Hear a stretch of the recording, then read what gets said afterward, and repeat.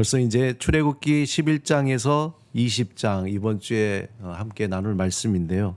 간단하게 요약을 하면은 11장에서 출애굽기 11장에서 13장은 이제 하나님이 모세를 통해서 그 바로 왕에게 최후 통첩을 합니다. 왜냐하면은 계속해서 이스라엘의 애굽에 재앙을 내리는데 애굽 왕이 이스라엘 백성을 내보내지 않는 거예요. 그러니까 하나님께서 모세를 통해 최후 통첩, 마지막 10번째 재앙이 뭐냐면은 애굽에 있는 처음 태어난 모든 것들의 그 초태생, 말하자면은 그 첫 번째 모든 생명은 다 죽게 되는 거예요. 그래서 그 10번째 재앙을 통해서 바로가 완전히 마음이 무너지게 되죠. 그리고 결국 이스라엘 자손이 애굽을 떠나게 하는 것을 허락하게 합니다. 드디어 430년, 그러니까 이스라엘 백성이 70명, 야곱을 통해서 70명의 백성이 애굽으로 이주했는데 무려 430년 만에 드디어 애굽을 떠나게 되고 본격적으로 하나님이 약속하신 가나안 땅으로 떠나는 여정이 시작이 됩니다. 그리고 14장에서 15장은 모세를 따라갔던 이스라엘 백성들이 큰 위기에 봉착해요. 왜냐하면 그 앞에 홍해가 가로막고 있거든요. 그런데 더 위기가 다가오는데 뒤에는 애국 군대들이 다시 또 이스라엘 자손들을 잡으러 그렇게 쫓아오고 있습니다. 말하자면 진퇴양난에 빠져 있는데 이때 모세가 하나님께 기도하고 손을 들었더니 어떻게 됩니까? 홍해가 쫙 갈라지게 되죠. 그래서 홍해를 건너는 대역사적인 사건이 일어나게 되고 또 애국 군대들이 그 홍해를 또 따라서 왔다가 하나님이 다시 물을 덮어서 전멸하는 사건이 있습니다. 이 놀라운 사건을 보고 모세가 하나님께 찬양하고 또 미리암이 하나님께 찬양하는, 모세의 누이가 찬양하는 그 찬양의 시가 15장에 나타납니다. 그리고 16장에서 18장은 이제 이스라엘 백성들이 광야로 들어가게 되죠. 홍해를 건너고 광야로 들어갔는데 광야에 물이 없는 거예요. 또 모세에게 왜 우리를 이곳에 이끌었느냐. 그래서 물도 없고 먹을 것도 없다고 불평하니까 모세가 또 하나님께 기도하니까 우리가 너무나 잘 아는 만나와 메추라기를 하나님께서 내려주시는 거예요. 이 만나와 메추라기는 그날에 하나님이 주신 것을 그날만 먹을 것이지 다음 날에는 썩어서 못 먹는 거예요. 그리고 무리바에서 이제 아멜렉과 이스라엘 백성이 이제 싸우게 되는데 이때도 아주 놀라운 일이 모세의 손이 올라가면은 이스라엘이 승리를 하게 되고 모세의 두 손이 내려오면은 이스라엘이 아멜렉에게 패배하게 되는. 그래서 결국에는 아론과 훌이 모세의 양팔을 들게 해서 마지막에 승리하게 되고 그것을 기념하여 하나님께 제사를 드리면서 여호와 니시, 하나님은 나의 깃발이라는 그러한 유명한 말을 낳게 됩니다. 그리고 19장에서 20장에는 이스라엘 자손이 애굽 땅을 떠난 지 3개월이 되던 날에 하나님은 이제 모세에게 이스라엘 백성들을 성결하도록 거룩하도록 하게 하시고 또 제사장들도 성결하게 하시고 모세와 아론을 부르시는 거예요. 신의 산으로 부르셔서 그 유명한 십계명을 모세에게 주게 되는 겁니다. 이것이 19장과 20장에 나오는 이야기예요. 우리가 지난주에 읽었지만 출애굽기 3장에 보면은 모세는 이제 애굽 왕궁을 떠나서 살인자의 신분으로 누명을 쓴 거죠. 살인자로서 애굽의 왕을 떠나 미디안 광야로 도망하게 됩니다. 그때부터 이제 모세의 화려했던 왕궁의 생활은 사라지게 되고 고독하고 메마른 삶이 시작이 되는 거죠. 모세는 이전의 모든 기억은 다 이제 하나 둘씩 지워나갑니다. 그가 알았던 사람들, 그가 누렸던 모든 좋은 것들을 다 기억 속에서 다 하나씩 지우기 시작하는 거죠.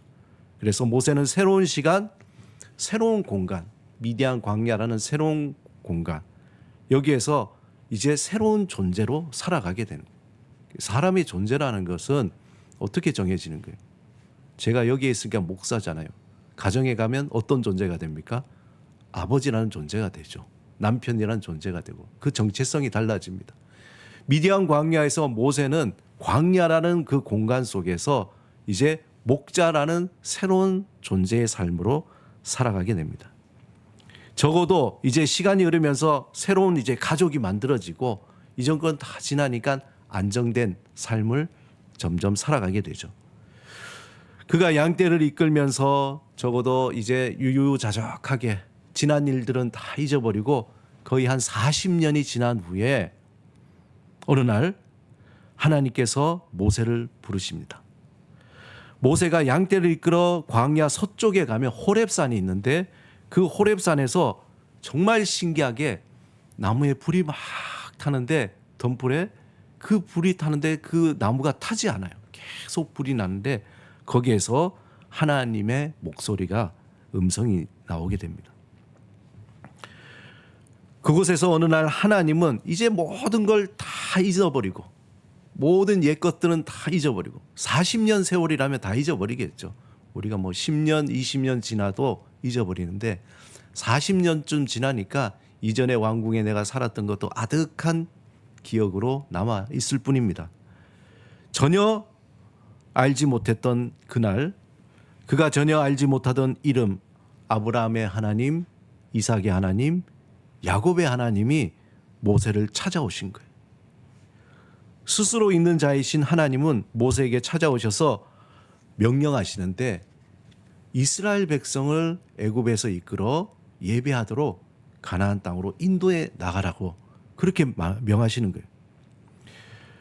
도무지 이해할 수 없죠. 모세는 이제 다 잊어버리고 그냥 목자로서 이 미디안 광야에서 그냥 새로운 가족과 그냥 매일매일 그렇게 살아가려고 이제 내 삶은 이렇구나. 그렇게 다짐하고 체념하고 포기하고 내려놓았는데 어느 날 하나님이 찾아오셔서 일방적으로 모세에게 명령하신 거예요. 출애굽기 3장 11절에 보면은 우리 같이 한번 읽어보겠습니다. 시작. 모세가 하나님께 아뢰되 내가 누구이기에 바로에게 가며 이스라엘 자손을 애굽에서 인도하여 내리까? 너무나 당연한 질문이죠. 목자로 살아가는데 갑자기 이스라엘 지도자가 되라는 거예요. 예를 들어서 우리 임성은 전도사님이 이렇게 전도사의 사역을 잘 하고 계신데 하나님이 오늘 탁 와가지고 네가 대통령 되라.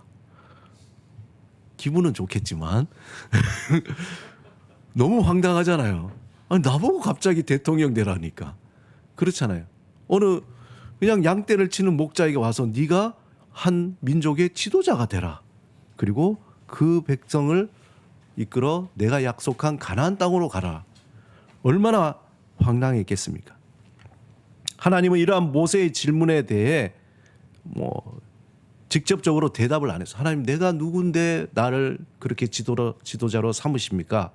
하나님 아무 얘기 안 하세요. 다만 이스라엘 백성을 이끌어낸 후에 하나님이 모세를 부르신 호렙산에서 하나님을 예배하게 될 것이다. 그때에 그것만은 얘기하는 거예요. 그리고는 모세가 애굽 왕 바로에 가서 이제 하나님이 명령하신 대로 바로 왕에 가서 그 명령을 지키게 되는 거죠. 그리고 어떻게 바로 왕에게 얘기할지 그리고 어떠한 일이 일어날지 그때 이제 모세에게 하나씩 얘기를 합니다. 그러자 모세는 오늘 본문 1절에 이렇게 대답합니다. 자, 함께 읽겠습니다. 시작. 모세가 대답하여 이르되 그러나 그들이 나를 믿지 아니하며 내 말을 듣지 아니하고 이르기를 여호와께서 내게 나타나지 아니하셨다 하리이다. 모세는 두려운 거예요. 그냥 일단 받아들인다 할지라도 지도자로서 자격이 되는지도 모르겠지만 하나님께서 그렇게 말씀하신 것처럼 그렇게 이스라엘 족속에게 자손에게 가서 이러이러한 일이 일어났다라고 얘기할 때에 그때 그들이 나를 안 믿을 거라는 거예요. 즉 이 말의 의미는 내가 무슨 자격으로 이 일을 하겠습니까? 그들이 내가 누구라고 나를 믿고 따라오겠습니까? 갑자기 툭 튀어나온 사람이잖아요. 교제도 없고 일면일식도 없었던 그런 사람이 와서 내가 당신들을 하나님의 약속하신 그 땅으로 인도할 사람입니다라고 하면은 누가 믿겠습니까? 그것도 그럴 것이 모세는 자신이 과거 살인자였고 그리고 실패자이고 이제는 나약한 목자이기에 이런 엄청난 일을 행할 능력이 없다라고 생각한 거예요. 지극히 상식적인 얘기입니다. 그렇잖아요. 갑자기 나에게 그러한 지도자의 일을 맡긴다면은 뭐 그걸 위해서 어느 훈련을 받거나 아니면 그것을 위해서 여러 가지 일을 해보거나 그랬으면 모르겠는데 전혀 다른 목자가 민족을 이끌 지도자로 한다는 그 사실이 모세는 받아들일 수 없는 거죠. 행할 능력이 없다고 생각한 겁니다. 그렇게 하나님께 항변하는 거예요. 하나님 내가 누군데요? 그 사람들이 나를 믿지 않을 겁니다. 이때 하나님은 모세에게 질문합니다. 굉장히 중요한 질문이에요. 자, 다 같이 한번 모세가 된 것처럼 하나님이 우리에게 모세에게 이야기한 것처럼 한번 읽겠습니다. 시작. 내 손에 있는 것이 무엇이냐? 내 손에 있는 것이 무엇이냐? 그러자 모세는 지팡이입니다. 뭐예요? 목자가 당연히 가지고 있어야 될 지팡이죠. 지팡이입니다. 그렇게 퉁명스럽게 대답하자 모세가 있는 그대로 그렇게 대답한 거죠. 그의 손에 있는 것은 자신이 목자이며 광야에서 내가 어떻게 살아가고 있는 정체성을 얘기하는 거예요. 네 손에 있는 게 뭐냐? 우리 손에 펜이 들려 있으면은 글을 쓰는 사람일 거고, 뭐 무기가 들려 있으면 군인일 테고, 그렇죠. 우리 손에 무엇이 들려 있느냐가 나의 정체성과 마찬가지입니다. 정체성을 이야기하는 거죠. 저는 지극히 평범한 삶을 살아가는 그냥 목자일 뿐입니다. 그 얘기잖아요. 네 손에 뭐가 들려져 있냐? 여러분 손에 무엇이 들려져 있습니까? 모세는 하나님 저에게는 지팡이가 하나 있어요.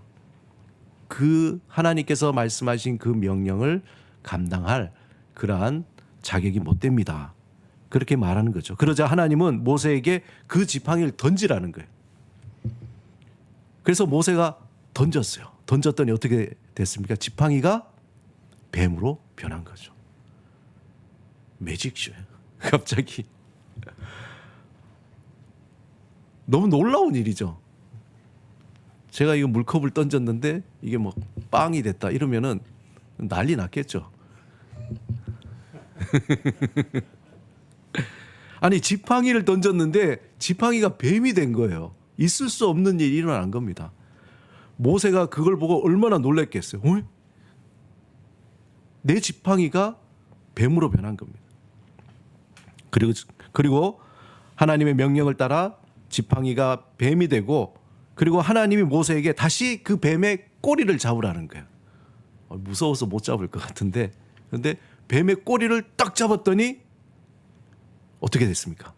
뱀이 다시 지팡이로 변한 거예요. 동화 같은 이야기죠.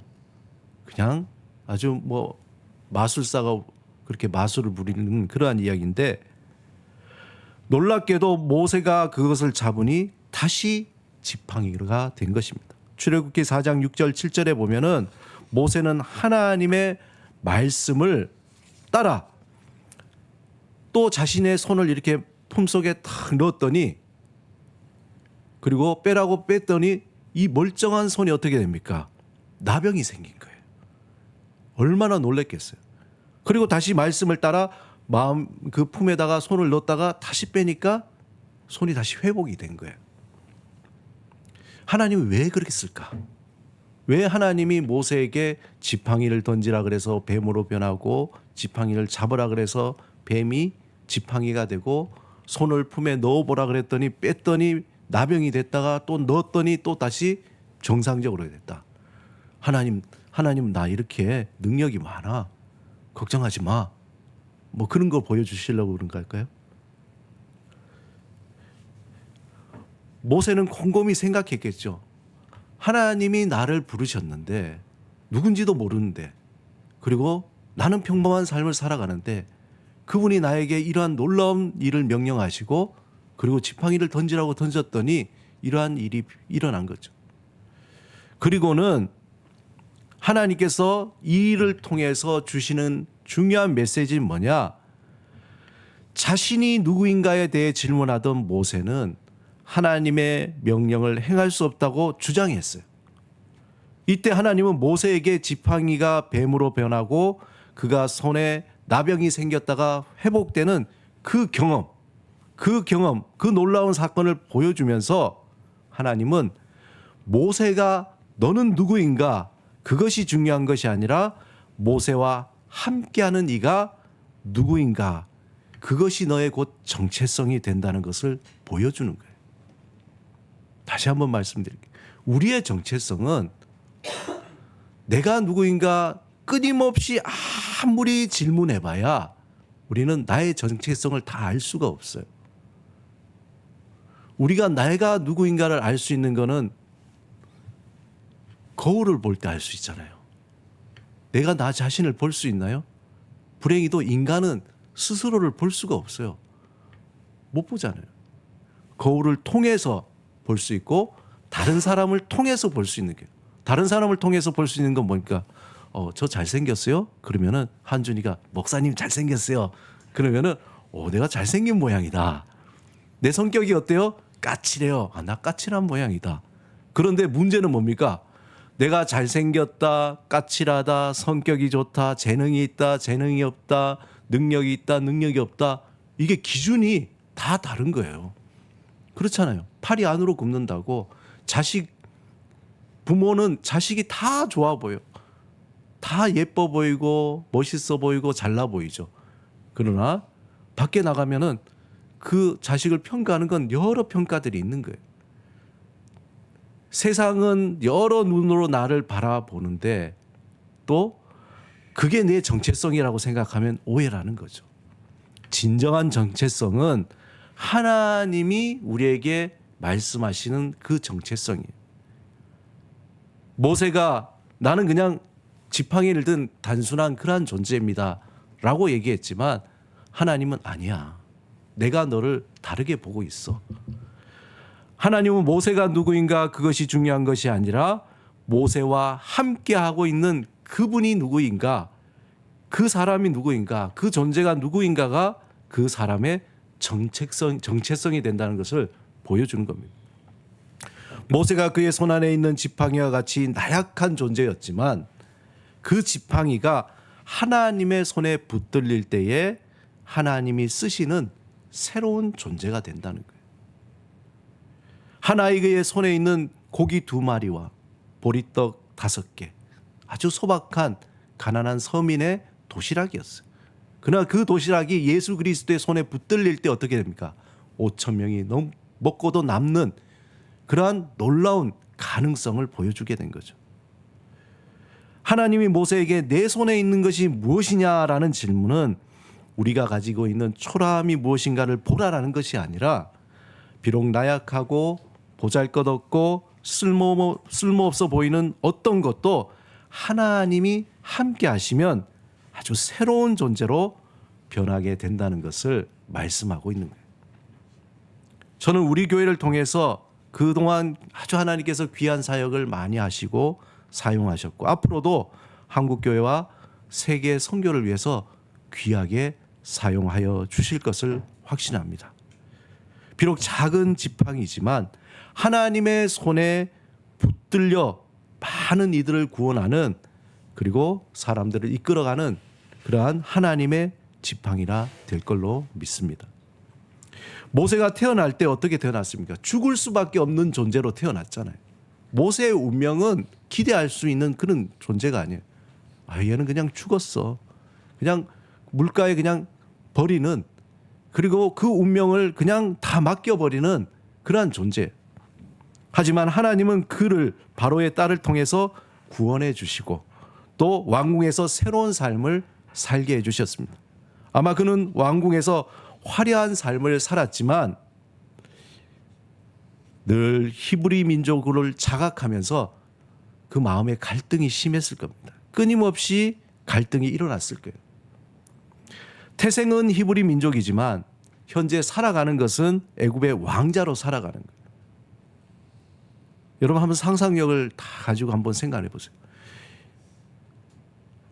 생김새나 그 모든 것들이 다 히브리 민족이에요. 애굽의 왕자로 살아갑니다.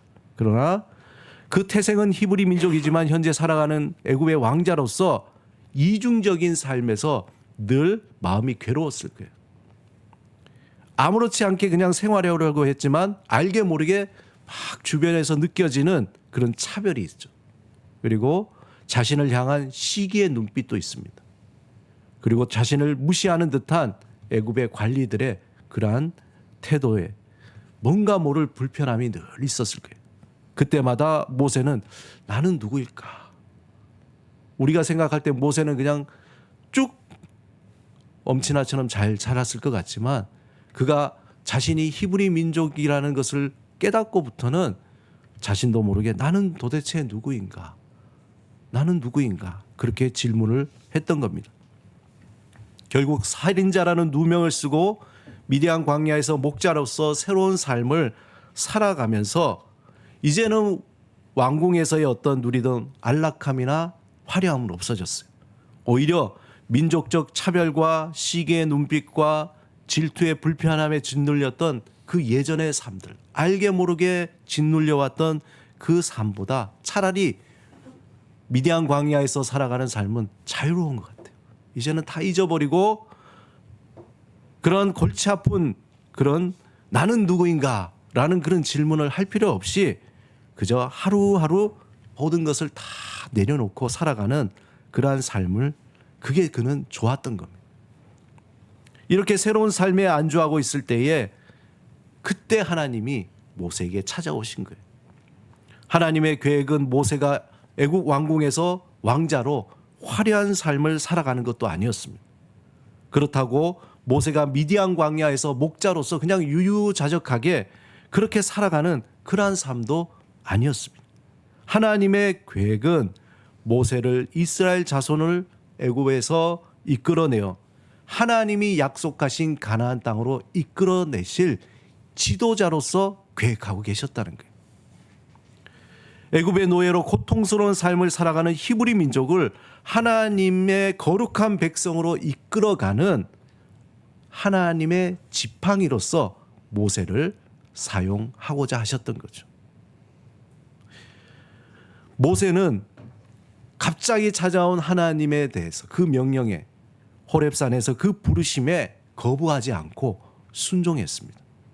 그의 삶을 하나님이 사용하시는 것을 지팡이로 사용되는 그것에 모세는 헌신했습니다.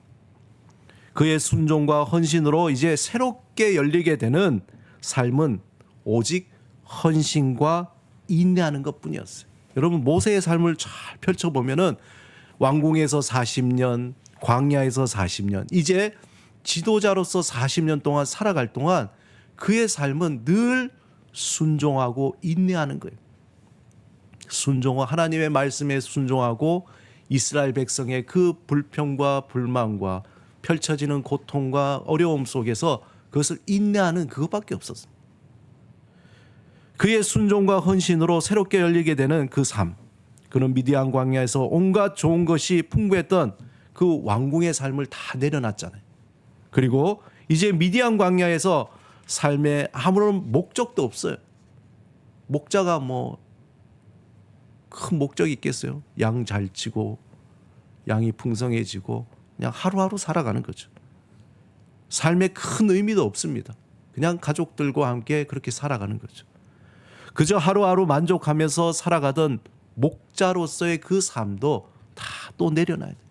왕궁의 삶도 내려놨지만 이제 하나님의 부르심에 지금의 목자의 삶도 내려놓은 것입니다. 모세는 하나님의 부르심에 순종하며 그가 신었던 과거의 모든 삶의 신발을 벗어버린 거죠. 호렙산에서 하나님께서 모세를 부르실 때 뭐라고 그랬습니까? 여기는 거룩한 땅이니 내 신을 벗으라. 그 신은 지금 네가 여태까지 살아왔던 삶의 모든 것을 다 벗어버리라는 거예요. 하나님이 부르시는 그 음성에 순종하며 모세는 이스라엘 민족을 애굽에서 이끌어낼 지도자로서 이전에는 전혀 경험해보지 못했던 그러한 삶을 이제 살아가게 된 겁니다.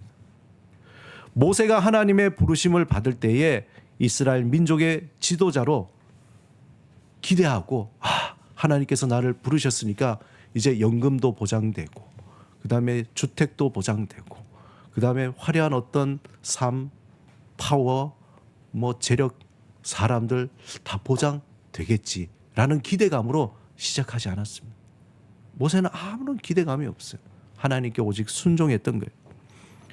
모세가 하나님의 부르심을 받을 때에 이스라엘 민족의 지도자로서 든든한 미래가 보장받을 것이라고 그 기대는 1도 하지도 않았다는 거예요. 미디안 광야에서 목자로서 40년 동안 살아오면서 모세는 모든 것을 내려놓고 하루하루 성실하게 살아가는 삶으로 훈련받았어요. 예수님께서 베드로에게 찾아왔어요. 베드로가 밤이 맞도록 그물을 내렸지만 한 마리의 고기도 못 잡았을 때 예수님께서 베드로를 찾아오셨을 때 베드로의 무엇을 보았겠어요? 예수님은 베드로의 그 성실함을 본 거예요. 하루도 빠지지 않고 나가 배를 잡고, 잡히지 않지만 그래도 애를 써서 잡으려고 애쓰는 그 베드로, 그를 부르신 거예요. 모세는 광야에서 하루하루 양떼를 돌보며 감사하고 성실하게 살아갔던 그 삶으로 훈련을 받고, 그것이 충만할 때에 하나님께서 그를 찾아오신 겁니다. 미래를 위해 어떤 시나리오도 쓰거나 과거에 이제 지나갔던 애굽의 그 삶, 그 부질없는 후회하는 삶을 다 또 내려놓았습니다. 이제 하나님이 사용하시는 지팡이로서 오직 하나님의 영광을 나타나기 위해 살아가기로 모세는 새롭게 헌신하게 된 겁니다.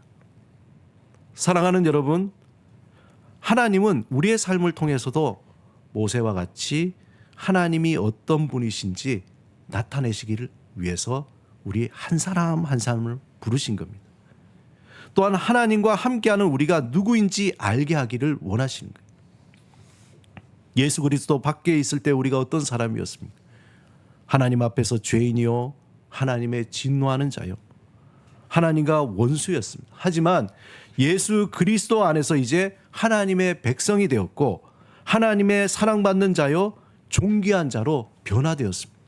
그러므로 우리가 살아가는 모든 일상이 하나님이 함께 하시기에 하나님의 영광을 나타내는 그의 지팡이로서 보석과 같은 새로운 삶으로 변화된 겁니다. 하나님은 우리를 세상의 화려함에 취해 진정한 삶의 목적과 의미를 알지 못하는, 그렇게 살아가는 그 사람들에게 소망이 되시고 구원이 되시는 예수 그리스도를 증거하고 이끄는 하나님의 지팡이로 부르셨다는 게, 이 부르심이 중요해요. 가슴에 한번 손을 얹어보세요. 여러분들, 나는 하나님의 지팡이입니다. 이걸 기억해야 되는 거예요. 이게 우리의 정체성이에요.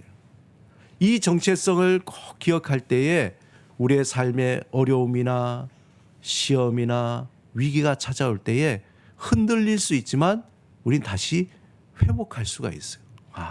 나의 소명이 무엇인지, 나의 부르심이 무엇인지, 내가 해야 될 것이 무엇인지, 내가 왜 하나님 앞에 부르심을 받고 살아가는지, 예수를 믿고 살아가는 그 이유, 삶의 그 목적을 알기 때문에 흔들릴지언정 다시 빨리 회복할 수 있는 거예요.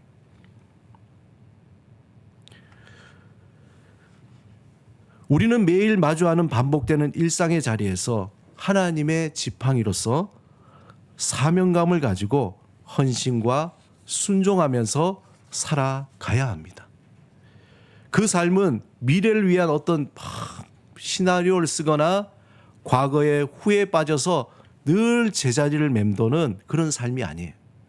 그 삶은 하나님께서 반복되지만 우리에게 마주하게 되는 그 소박하고 작은 일상에 감사하고 성실함으로 살아가도록 우리에게 능력을 베풀어 주시는 삶입니다.